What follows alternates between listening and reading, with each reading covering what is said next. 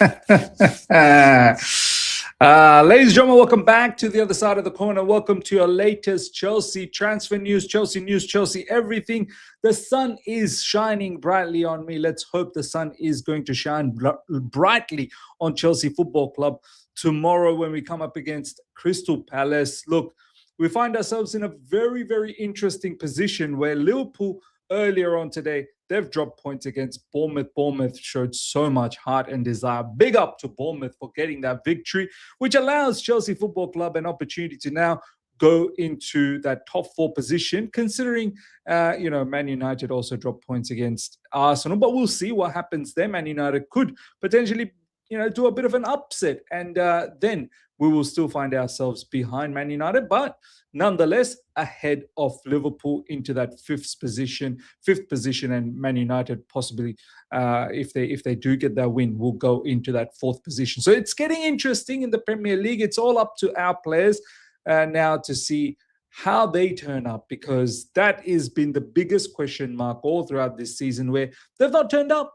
They've been inconsistent. Now, parking that aside, let's talk about some transfer news. First up, Acheampong. Acheampong news is running wild, and I can understand it, because if we are thinking about bringing yet another young defender, Acheampong's slowly going to start thinking that, what is my future here? What is going on? And when clubs like Bayern Munich come knocking on the door, you don't want to let go of that opportunity too often. So the latest coming from Jacob Steinberger from The Guardian, Bayern Munich are interested in Josh Acheampong and are considering whether to move for him this month. Bayern Munich, they're interested, and I can see why, because Josh Acheampong, he seems like a serious level talent.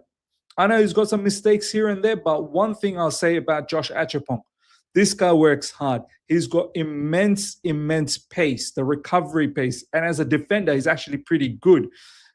He can potentially play in the center back position as well, anywhere in the center back. I actually prefer him as a central defender as opposed to being out wide as a right back or whatever else that he's been playing for us.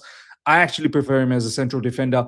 As a right back, I feel like you need to be far more dynamic. You need to have that attacking prowess about yourself, which Acheampong does have, but he lacks that crossing. If you're going to play as a fullback, you better be a good crosser of the ball, which I don't think Acheampong is. However, I do think he can be a quality defender. The reason why Acheampong, he doesn't seem to get the that hype that other 20-year-old or 18-year-old, 19-year-olds will get from other leagues. I don't know what the fascination is.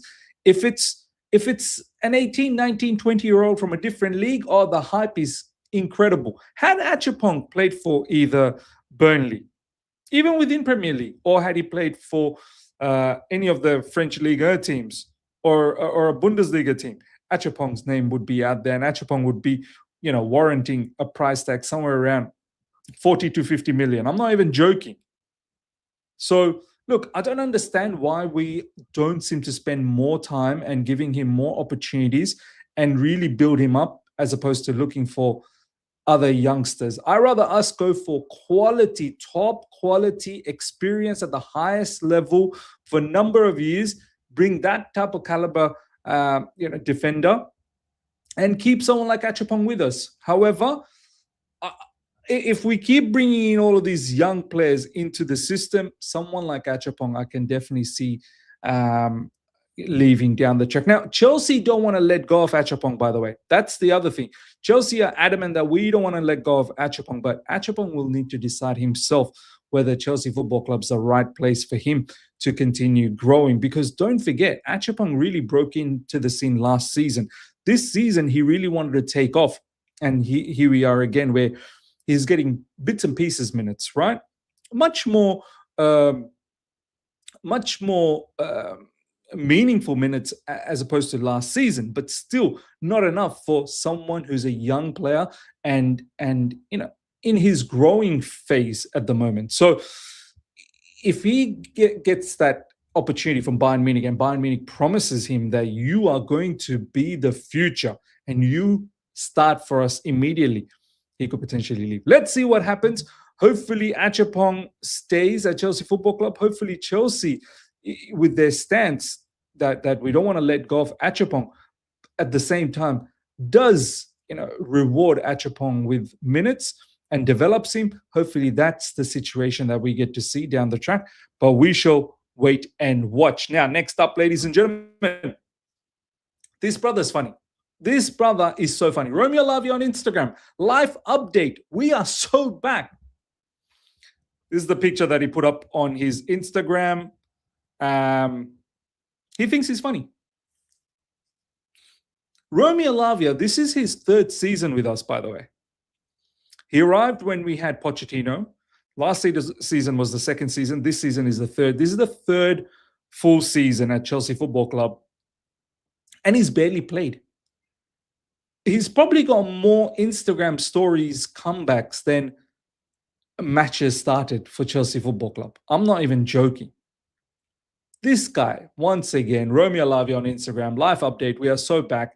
Off the back of being linked with Douglas Luiz, I was thinking, when is this guy going to drop that Instagram story when the Douglas Luiz rumor came about? And here we are. Romeo Lavia doesn't fail.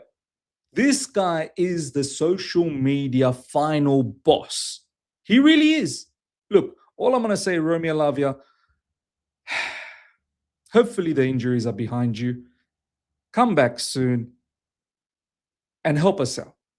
Come back soon and help us out. I know the injuries are not his fault. You pick up an injury, you don't purposely want to get injured. I'm sure they want to play football, but this is the state. This is the state. I just find Romeo Lavia and his online shenanigans quite funny, man. I really do find it quite funny. Now, breaking, Rosinho says Esugu's out for 1 month plus after slipping in training. Slipping.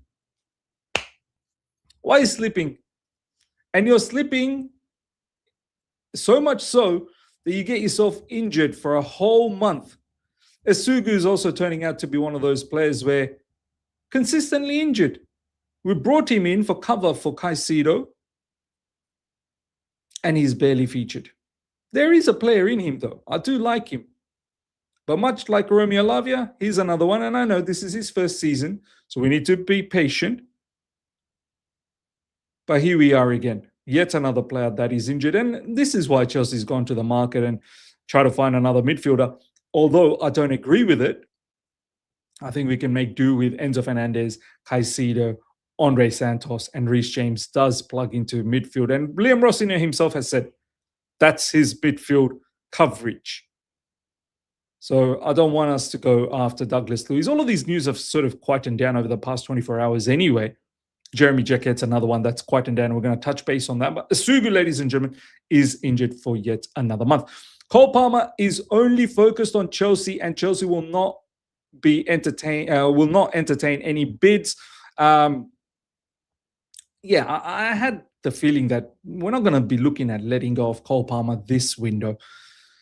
And all of these rumors about whether he's homesick or not, I don't think that's the real case. He could potentially feel frustrated by Chelsea. Now, Liam Rossiner in recent times in the press conference has said, look, he's spoken to Cole Palmer several times, and Cole has assured that he is happy. He is happy. Look, watch this space. Let's see what happens in the summer. Let's see where we finish this season. We must finish in the Champions League positions so that at least we can keep players like Cole Palmer, Enzo Fernandez, and whatnot for another season. They go again in the Champions League, and hopefully next summer we can do something important in the transfer window, and then these owners can help us try and win the Premier League.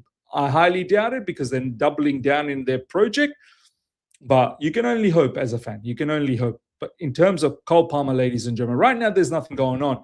I won't be surprised, though, in the summer window if something does materialize. But right now there isn't much going on, and we kind of believe that anyway. We none of us thought that he's leaving in this window.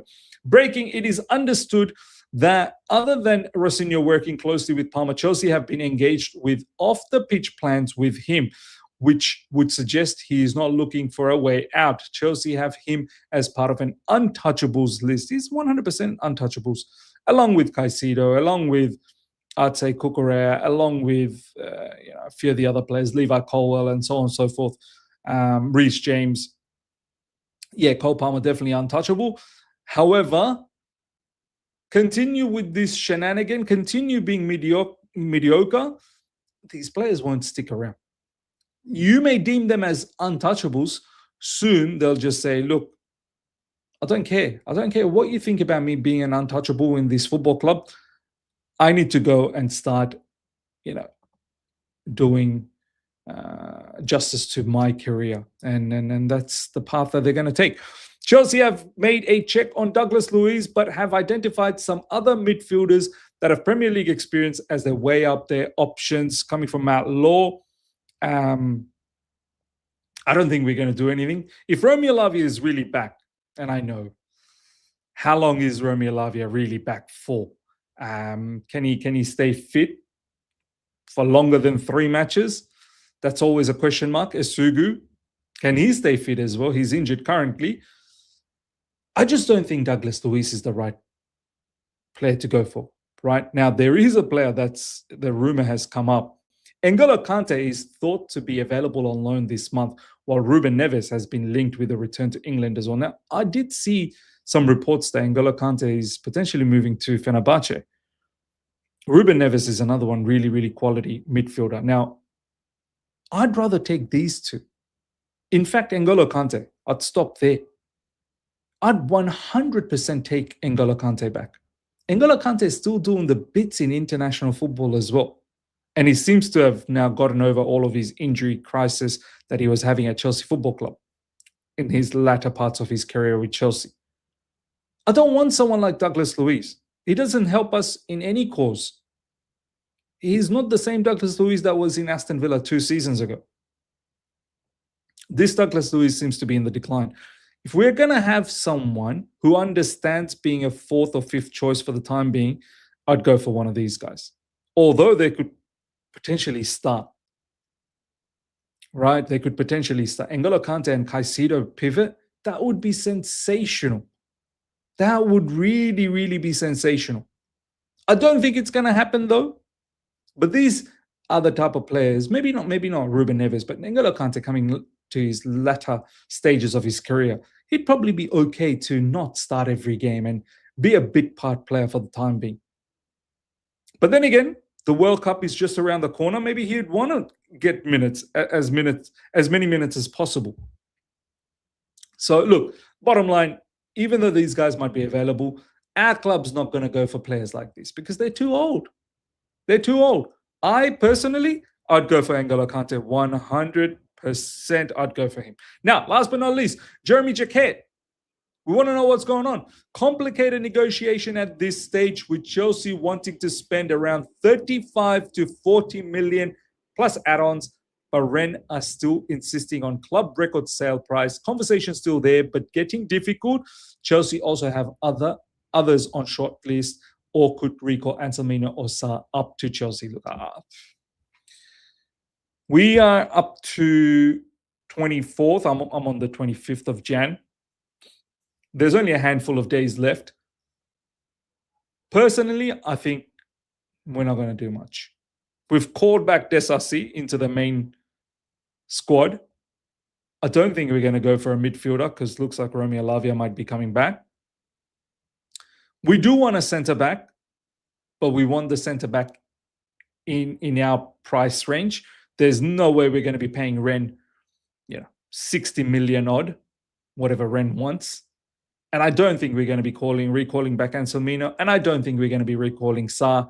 We're going to allow those two to continue in their respective clubs right now, Dortmund and Strasbourg, and we'll reassess the situation in the summer window. So in any case, bringing some of these players it's not really going to help us. It's not going to help us achieve anything. So we're going to have to make do with what we've got. But that is the latest in regards to Jeremy Jacquet, ladies and gentlemen. I don't think we're pursuing him. And there's rumors as well that Man City are going after him as well. So let's see. Let's see what happens. Ladies and gentlemen, let me know your thoughts about everything, especially Acheampong. How you feel about Acheampong? Would you be upset if he was to let go of, especially to Bayern Munich? Smash up the like button if you're here for the first time. Subscribe. Hit the bell notification to stay in touch with all my content. Hype the video. Very, very important. Until next time, everyone. Take care. See ya. Bye.